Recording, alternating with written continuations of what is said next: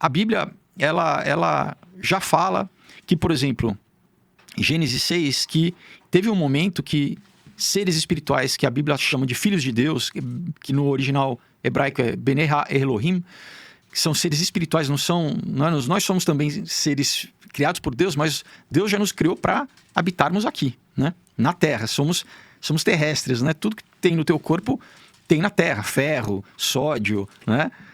Carbono, cálcio, tudo que tem no nosso físico tem aqui na Terra. Ele fez, quando a gente lê que ele fez o quê? Do pó da Terra. E quando a gente falece, o nosso corpo volta ao pó, né? Ele vai passar por um processo de decomposição e vai voltar aos elementos naturais. Tem na Bíblia, né? Do pó viemos, para o pó iremos. Exato. Agora, qual que é o diferencial? É o espírito que Deus, né? Quando a gente lê lá em Gênesis, na criação do homem, que ele sopra o seu próprio espírito no ser humano. Então, a nossa essência, aquilo que nos faz ser animados, né? E quem já teve a experiência de ver alguém falecer, né? Um parente próximo, você vê que quando está o corpo, falta alguma coisa. Não é a essência exatamente, né? Você vê ali a casca, né? Você vê o veículo terrestre, mas a essência não está lá. Por quê? Porque a nossa essência, a nossa real identidade é espiritual. E nisso nós somos semelhantes a Deus, né? Feitos à imagem e semelhança de Deus, porque Deus é espírito. E nós também somos espírito e compartilhamos essa natureza com Deus, né? Agora, essa outra classe de seres, né? Que existem várias, a Bíblia cita vários seres, né? Você tem anjos, arcanjos, querubins, serafins, tronos, potestades, poderes, né? Eles não são terrestres, vamos dizer assim, né? Então, quando a gente fala de extraterrestre, exatamente é um ser que não é natural desse plano de existência nosso, né? Eles são seres espirituais. E em Gênesis 6 fala que, então, que esses filhos dos homens viram que as filhas... os filhos de Deus viram que as filhas do homem eram belas e que coabitaram com elas. Então, isso já é muito estranho e muita gente evita esse tópico, né? Isso não é geralmente pregado nem em igreja católica, nem em igreja evangélica, protestante, né? Mas é fato. E a gente vê essa mesma narrativa em outras mitologias, né? Por exemplo, a mitologia grega, quando ela fala dos titãs, fala exatamente isso. Você tem os deuses que coabitaram com mulheres e deram surgimento aos semideuses, que eram os titãs, que inclusive tem a titonomaquia, que é a guerra entre eles e os deuses e tal. Então você tem em diversas outras mitologias, né? Suméria, egípcia, e mesmo né, quando a gente estuda história, você vê que os reis, né, dos antigos impérios, todos eles diziam serem descendentes de deuses, né? Mesmo em Roma, quando você vai ver na fundação de Roma, Rômulo e Remo, na tradição japonesa também, né, os imperadores eram seres semidivinos, enfim, você tem sempre essa questão de uma autoridade biológica, vamos dizer assim, que esses governantes atribuíam a si mesmos, falam assim, nós podemos governar porque nós temos uma descendência que é sobrenatural, de certa forma. Isso nos dá autoridade para... Né, os faraós tinham né, eles eram deuses na terra, né? Os césares romanos também, enfim. Então, será que é possível, né, essa hibridização, né? E quando a gente lê na Bíblia, a gente vê que não só no Velho Testamento, mas no Novo Testamento, por exemplo, o apóstolo Paulo fala para a gente exercer a hospitalidade, porque muitas pessoas, ele fala, né, sem saber... tiveram contato com anjos. Então, e no Velho Testamento está cheio de passagens onde os anjos se manifestam fisicamente, comem, né? Por exemplo, na passagem de Ló, eles vão para Sodoma, né? E os habitantes queriam abusar deles sexualmente. Então, é interessante que o elemento físico, é claro que, né, eles conseguiriam se manifestar nesse plano e, por exemplo, o elemento sexual está presente aí quando, né, em Ló, né? Ló oferece as filhas para que os moradores lá, né, de Sodoma não abusassem dos anjos, né? Então, só fazendo uma ponte rápida com essa questão, né, que novamente não é recente, mas pelo menos a partir de Roswell, lá na metade, né, dos anos 50 do século passado, que você tem caindo na cultura popular a questão de alienígenas, né, depois de abdução, sempre você tem um elemento sexual presente, né, nos relatos de abdução, né? Não sempre, mas pelo menos 80%. Né?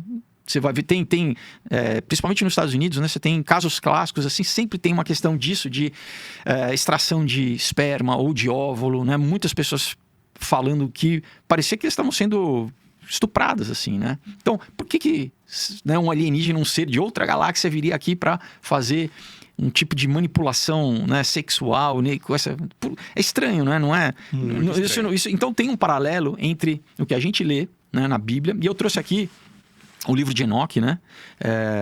Que eu queria ler, porque eu acho que hoje o que eu queria principalmente falar aqui, que esses dois tópicos que a gente que estão em voga hoje, que é a questão de inteligência artificial e de alienígena, tem uma ligação entre eles, tá? A ligação é exatamente a tecnologia. Porque o livro de Enoque ele postula que a tecnologia foi dada ao ser humano exatamente pelos Watchers, pelos Nefilins, esses 200 anjos que desceram no Monte Hermon, tá?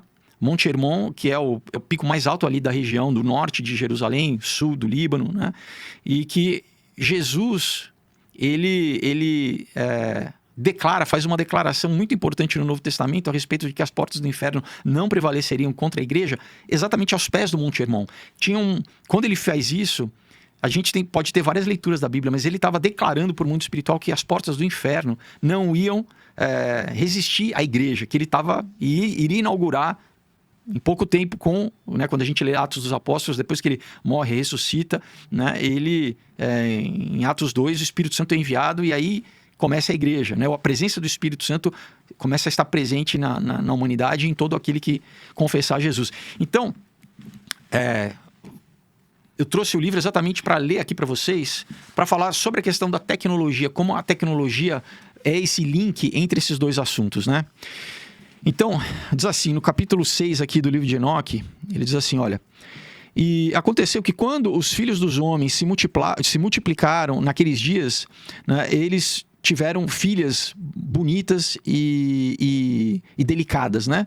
E esse é o paralelo de Gênesis capítulo 6, né? Quando você lê aqui, basicamente a mesma coisa. Quando os homens começaram a se multiplicar na face da terra, as filhas, né? Eles tiveram filhas, e os filhos de Deus viram que as filhas dos homens eram belas, né? E eles tomaram elas por esposas, né?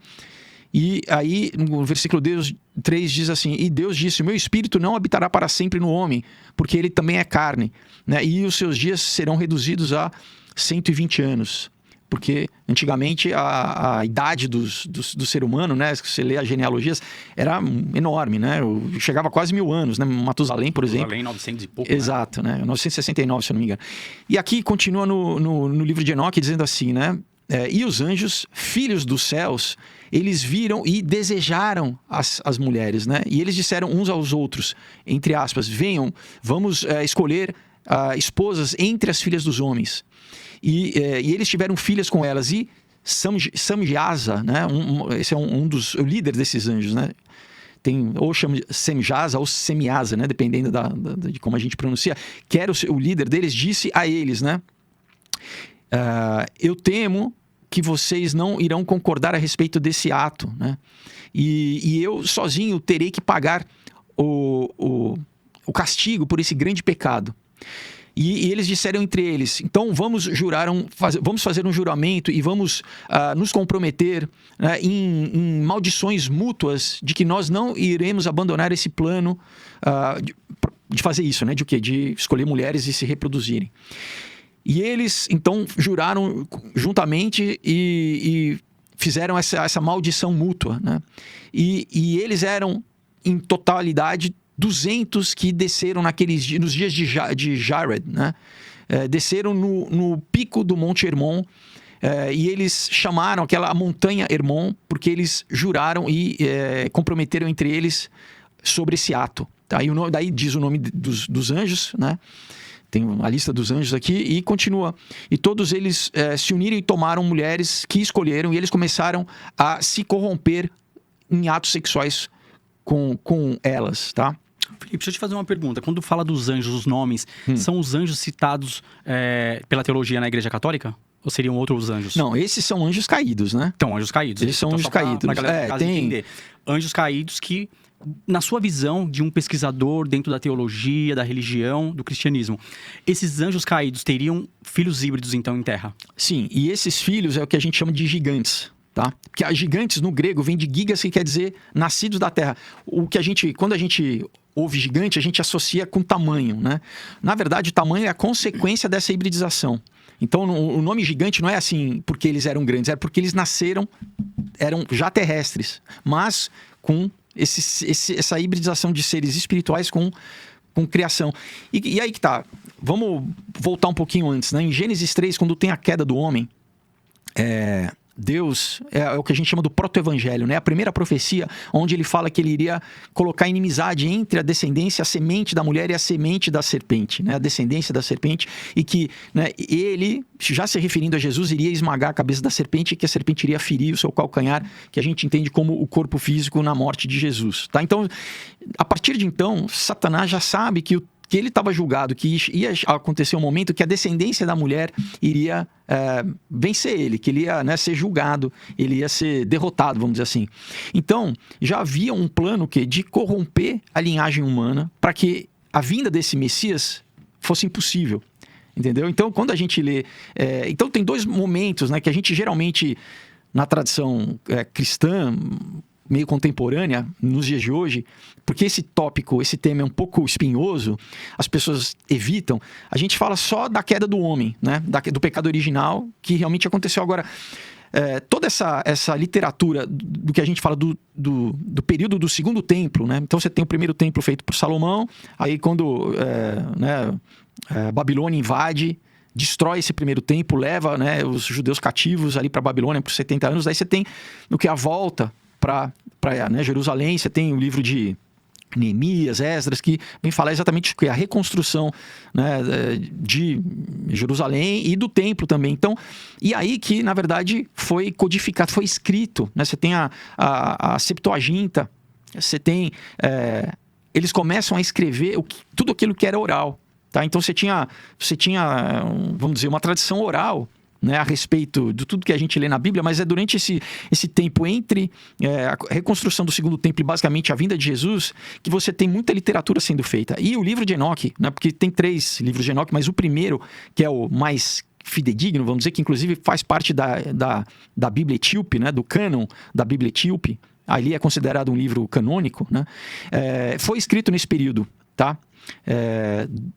Entre o segundo templo e a vinda de Jesus, junto com vários outros livros, inclusive foi encontrado, né, nos pergaminhos do Mar Morto, assim, tem como traçar, vamos dizer, a veracidade dele arqueologicamente, né, com vários outros textos bíblicos que também muita gente fala, a Bíblia é mentira, né, não existe. Daí encontraram, por exemplo, você vai lá em Jerusalém, tem um museu lá, que eu fui, e você vê, tem a sala do pergaminho do livro de Isaías. Você tem o livro de Isaías inteiro ali, que está preservado ipsis literis, assim, né?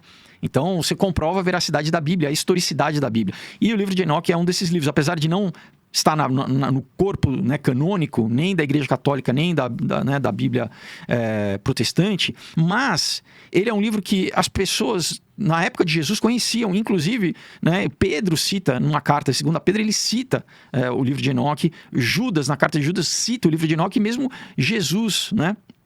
Quando você lê, quando você conhece o livro de Enoque, em todas aquelas passagens, por exemplo, né, do endemoniado, né, do Gerazeno, você vê que aquilo ali é linguagem típica do livro de Enoque. Tá? Inclusive, alguns teólogos dizem que, como o livro de Enoque é muito messiânico, né, na própria leitura do livro de Enoque fica muito claro Jesus, né?